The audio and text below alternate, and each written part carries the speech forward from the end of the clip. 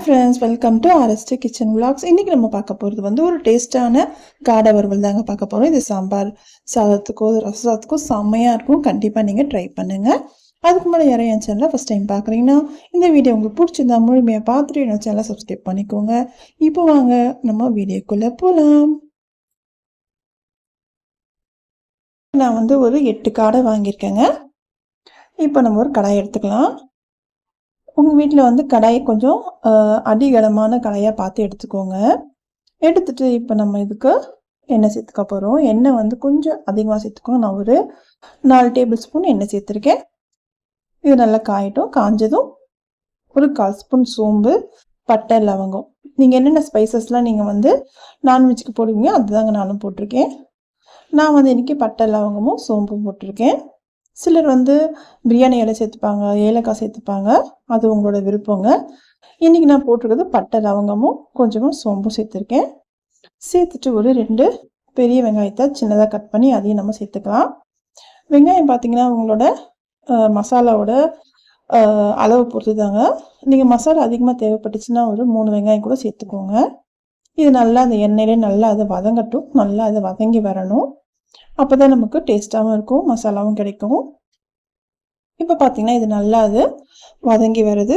அதுக்குள்ளே நான் வந்து இஞ்சி, பூண்டும், ஒரு பச்சை மிளகாய், கொஞ்சமாக புதினா இலைகளும் சேர்த்து நான் அரைச்சிக்கிறேங்க. நான் வந்து ரொம்ப நைஸாக அரைக்கல, குறை தான் அரைச்சிருக்கேன். இது மாதிரி ஒரு தடவை நீங்கள் அரைச்சி இஞ்சி பூண்டு போட்டு பாருங்களேன், செம்மையாக இருக்கும் டேஸ்ட்டு. கண்டிப்பாக ட்ரை பண்ணுங்கள். இப்போ நம்ம அதை சேர்த்துக்கலாம். இதை சேர்த்துட்டு இது நம்ம நல்லா அதை வதக்கிக்கலாம். அந்த எண்ணெயிலே நல்லா வதக்கி விட்டுக்கோங்க. எண்ணெயில் நல்லா வதக்கும் போது நமக்கு அந்த பச்சை வாசனைலாம் போயிடும். டேஸ்ட்டும் நமக்கு நல்லா வருங்க. இப்போ பார்த்திங்கன்னா அது நல்லா அது வதங்கி வருது. நல்லா வாசனையாக இருக்குங்க. ஏன்னா நம்ம புதினா அரைச்சிட்டோம் இல்லையா, அதனால நல்லா வாசனையாக இருக்குது. இது நல்லா அதை கலந்து விட்டுக்கலாம். அடுப்பு நமக்கு மீடியமில் இருக்கட்டும். இதுக்கு நான் ஒரு 2 தக்காளி சேர்த்துக்கிறேங்க. கொஞ்சம் பெருசான தக்காளி 2 சேர்த்துக்கிறேன். நான் வந்து பெங்களூர் தக்காளி யூஸ் பண்ணுறதால 2 சேர்த்துக்கிறேன். நீங்கள் வந்து நாட்டு தக்காளியாக இருந்துச்சுன்னா ஒரு 3 சேர்த்துக்கோங்க. அதுக்கு முன்னாடி கொஞ்சமாக மஞ்சத்தூளும் நான் ஒரு 3 டேபிள் ஸ்பூன் மிளகாத்தூளும் சேர்த்துக்கிறேன். ஏன்னா நம்ம இந்த எண்ணெயிலே நம்ம வதக்கும் போது நமக்கு நல்ல கலர் கொடுக்கும். அதுக்கப்புறம் நீங்கள் தக்காளி சேர்த்துக்கோங்க.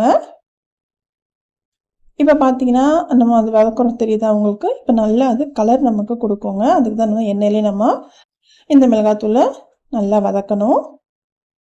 ஓரளவுக்கு நல்லா வதங்கினதும் இப்போ நம்ம உப்பும் சேர்த்துக்கலாங்க. உப்பு வந்து நீங்கள் பார்த்து சேர்த்துக்கோங்க. நான் வந்து கல் உப்புன்றதுன்னா கையில் நான் அளவெடுத்து நான் போடுறேன். நீங்கள் வந்து தூள் உப்பாக இருந்தால் பார்த்து நீங்கள் 1 ஸ்பூனோ இல்லை 1.5 ஸ்பூனோ சேர்த்துக்கோங்க. சேர்த்துட்டு நல்லா கலந்து விட்டுக்கலாம்.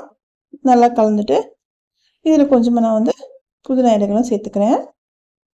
இப்போ நம்ம 2 தக்காளி சேர்த்துப்போம். இது நல்லா அது மசிஞ்சு வரணுங்க. அடுப்பு நமக்கு சிம்மில் வச்சுட்டு ஒரு 2 நிமிஷம் மூடி வச்சாலே போதும். நல்லா நமக்கு மசிஞ்சு வந்துடும். எந்த ஒரு பொருளுமே நல்லா அது மசிஞ்சு வந்த அப்புறம் நம்ம ஒரு காயோ ஏதோ நம்ம சேர்க்கும் போது நமக்கு டேஸ்ட் நல்லா கொடுக்கும். நீங்கள் இது மாதிரி வெங்காயம் தக்காளி முழுசாக இருக்கும் போது நீங்கள் சேர்க்கும் போது நமக்கு இந்த டேஸ்ட் வராதுங்க. கண்டிப்பாக நீங்கள் ட்ரை பண்ணி பாருங்கள். இப்போ பார்த்தீங்கன்னா ஒரு 2-3 நிமிஷம் அப்படின்னு நம்ம விடலாம். நமக்கு நல்லா அது மசிஞ்சு வரட்டும். அதுக்கப்புறம் நம்ம க்ளீன் பண்ணி வச்ச காடையை நம்ம சேர்த்துக்க போகிறோம். காடையை பார்த்திங்கன்னா நல்லா க்ளீன் பண்ணிவிட்டு மஞ்சளும் உங்களுக்கு தேவைப்பட்ட உப்பு நீங்கள் போட்டு நல்லா அதை வந்து வாஷ் பண்ணி எடுத்துக்கலாம். உங்களுக்கு வந்து நான் அந்த ஸ்மெல் ஒரு மாதிரி நமக்கு ஸ்மெல் வரும் இல்லையா, அந்த ஸ்மெல் வருதுன்னா கொஞ்சம் மஞ்சத்தூளும் உப்பும் சேர்த்து நல்லா அதை வாஷ் பண்ணி எடுத்துக்கோங்க. காடையை பார்த்திங்கன்னா சீக்கிரமாக வெந்துடும். அது குக்கரில் போடணுன்னு அவசியமே இல்லைங்க. நம்ம வாங்கும் போதே வந்து கொஞ்சம் இலசான காடையாக பார்த்து வாங்கினோன்னா நமக்கு கடாயிலே சூப்பராக நமக்கு வெந்து வந்துடும். குக்கரில் போடணுன்னு அவசியமாக கிடையாது.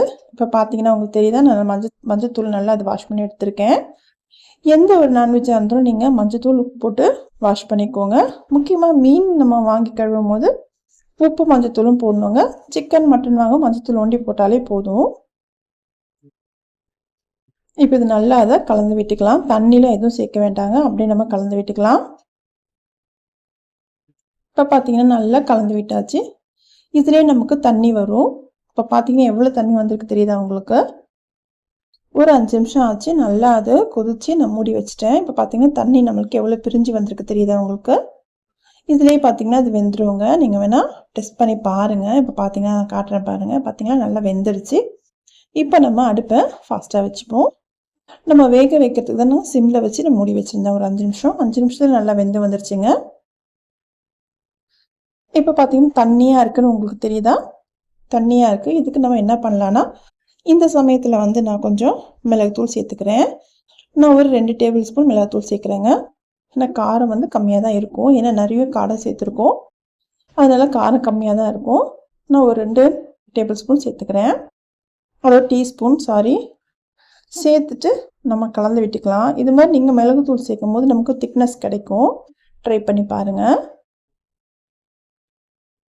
இப்போ பாருங்கள், ஒரு 2 நிமிஷத்தில் நமக்கு எவ்வளோ திக்காக நமக்கு கிடைக்கும் பாருங்கள்.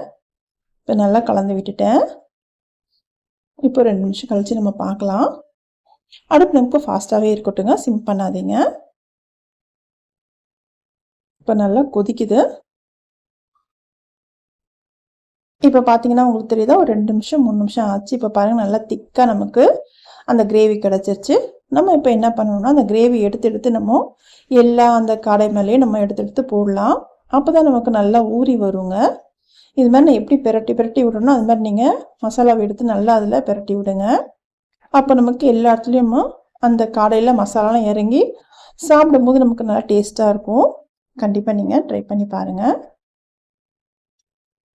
அவ்வளோதாங்க, சூப்பரான காடை வறுவல் ரெடி ஆகிடுச்சு. இது நமக்கு சிம்லேயே அப்படியே கொஞ்சம் நேரம் விட்டு நல்லா கொஞ்சம் செவந்து வர வரைக்கும் நம்ம நல்லா கலந்து விட்டுக்கிட்டே இருக்கலாம். அப்போ நமக்கு நல்லாயிருக்கும். எண்ணெய்லாம் நல்லா பிரிஞ்சு வரட்டும். அது வரைக்கும் நல்லா அதை சிம்லேயே வச்சு நல்லா கலந்து விட்டுக்கோங்க. ஃபாஸ்ட்டாக வைக்காதீங்க. இப்போது அதாவது கொஞ்சம் மசாலாவும் வந்ததும் கிரேவியாக வந்ததும் நம்ம சிம் பண்ணிடலாம். இப்போ பார்த்தீங்கன்னா நமக்கு கரெக்டாக ரெடி ஆகிடுச்சு. நான் லாஸ்ட்டாக கொஞ்சமாக கொத்தமல்லி இலைகளை சேர்த்துட்டு நல்லா கலந்து விட்டுக்கிறேன். இது வந்து நீங்கள் சாம்பார் சாதத்துக்கு, ரச சாதத்துக்குலாம் செம்மையாக இருக்கும். கண்டிப்பாக நீங்கள் ட்ரை பண்ணுங்கள். காடை வந்து நமக்கு சின்னதாக இருக்கிறதால சாப்பிட்றதுக்கு கஷ்டமாக இருக்கும் அப்படின்னு நினைக்கலாம். இல்லைங்க, இது செம்ம டேஸ்ட்டாக இருக்கும். கண்டிப்பாக ஒரு நாள் ட்ரை பண்ணுங்கள். உங்கள் ஊரில் கிடச்சிதுன்னா ட்ரை பண்ணிவிட்டு உங்களுக்கு எப்படி வந்ததுன்றது என்னோட கமெண்ட் செக்ஷனில் சொல்லுங்கள். இந்த வீடியோ பார்த்ததுக்கு நன்றி. இந்த வீடியோ முழுமையாக பார்த்துட்டு உங்களுக்கு பிடிச்சிருந்தா என்னோட சேனலை சப்ஸ்கிரைப் பண்ணிக்கோங்க. சப்ஸ்கிரைப் பண்ணும்போது பக்கத்தில் இருக்க பெல் ஐக்கான் ஆல் ஆப்ஷன் இருக்கும். கிளிக் பண்ணிங்கன்னா இந்த வீடியோஸ்லாம் உங்கள் வீடியோ தேடி வரும். ரெசிபி உங்களுக்கு பிடிச்சிருந்தா லைக் போட்டுட்டு பாருங்கள். நீங்கள் போகிற லைக் தான் எனக்கு ஒரு மோட்டிவேஷனாக இருக்கும். ரொம்ப பிடிச்சிருந்தா ஃப்ரெண்ட்ஸ் எல்லாருக்கும் ஷேர் பண்ணுங்கள். நெக்ஸ்ட் ஒரு நல்ல வீடியோவில் பார்க்கலாம். தேங்க்ஸ் ஃபார் வாட்சிங்.